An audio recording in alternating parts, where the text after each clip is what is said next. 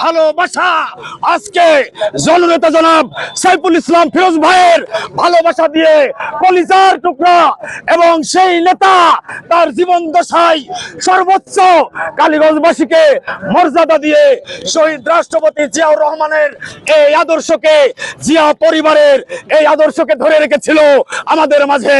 আমরা তাকেই ভরসা করে, তাকেই একজন প্রতিনিধি হিসাবে, তাকেই শহীদ মিয়ার প্রতিচ্ছবি মনে করে আমরা ছিলাম 17টি বছর আগানে বাগানে আওয়ামী দুঃশাসনের সময়। প্রিয় উপস্থিতি, সেই জায়গা থেকে আপনাদেরকে বলতে চাই, আজকে আপামর জনসাধারণ সকল পর্যায়ের যে সকল নেতৃবৃন্দ আপনারা আছেন, প্রত্যেকেই আবারও আরেকটি নির্যাতনের শিকার হয়েছি। অর্থাৎ এই নির্যাতন থেকে আমাদের বাঁচার উপায় হচ্ছে মানুষের দ্বারে দ্বারে গিয়ে ভোট ভিক্ষা করে আমাদের যে শহীদ রাষ্ট্রপতি জিয়াউর রহমানের প্রতিচ্ছবি হিসেবে যাকে আমরা মূল্যায়ন করেছি, এই কালীগঞ্জের বাস্তবতায় সাইফুল ইসলাম ফিরোজ ভাইকে, সেই ফিরোজ ভাইকে আগামী দিনে এমপি বানিয়ে আবার জননেতা জনাব তারেক রহমান অত্যন্ত বিচক্ষণ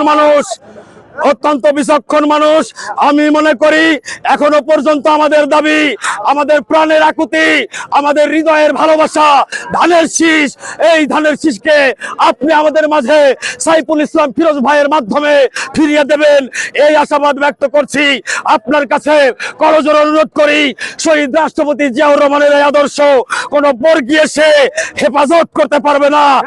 হাতে যদি আপনি হেফাজতকারী হিসাবে দেন, তাহলে এই কালীগঞ্জের মানুষ অত্যাচারিত হবে। আবার সে এখানে এসে একটি মাফিয়া তৈরি করবে, মাফিয়া তৈরি করে এই ধানের শীষ আবার মাফিয়াদের হাতে বিক্রি করবে।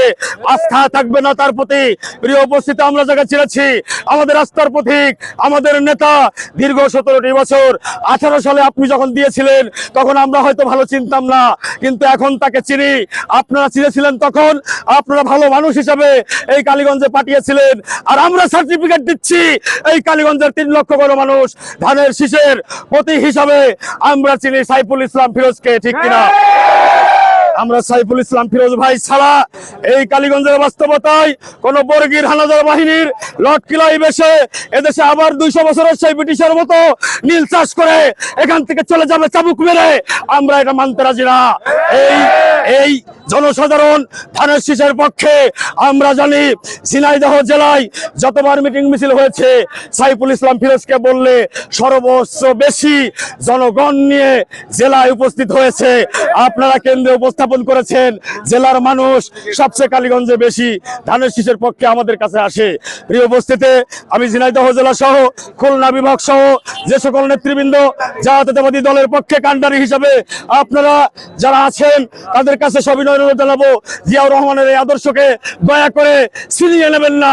এই কলিজার টুকরা ধানের শীষ, এর জন্যই এই কালীগঞ্জবাসী, জনসাধারণ, সকল পর্যায়ের মানুষ জীবন দান করতে প্রস্তুত ছিল। তাই আগানে বাগানে শুয়েছে, বুকের উপরে বড় সাপ চলে গেছে, নিশ্চুপ ভাবে শুয়ে আছে। পুলিশ প্রশাসনের ভয়ে, আওয়ামী দুঃশাসনের ভয়ে বুকের উপর দিয়ে স্টিম রুলার চালিয়েছে। প্রশাসনের ভয়ে আমরা আন্দোলন করেছি, আবারও রাজপথে গিয়েছি। আমরা সময় যখনই পেয়েছি রাজপথ আন্দোলন করেছি আমাদের নেতা জননেতা জনাব সাইফুল ইসলাম ফিরোজ ভাইকে নিয়ে। এই ফিরোজ ভাইকে আমাদের মাঝ থেকে কেড়ে নেবেন না।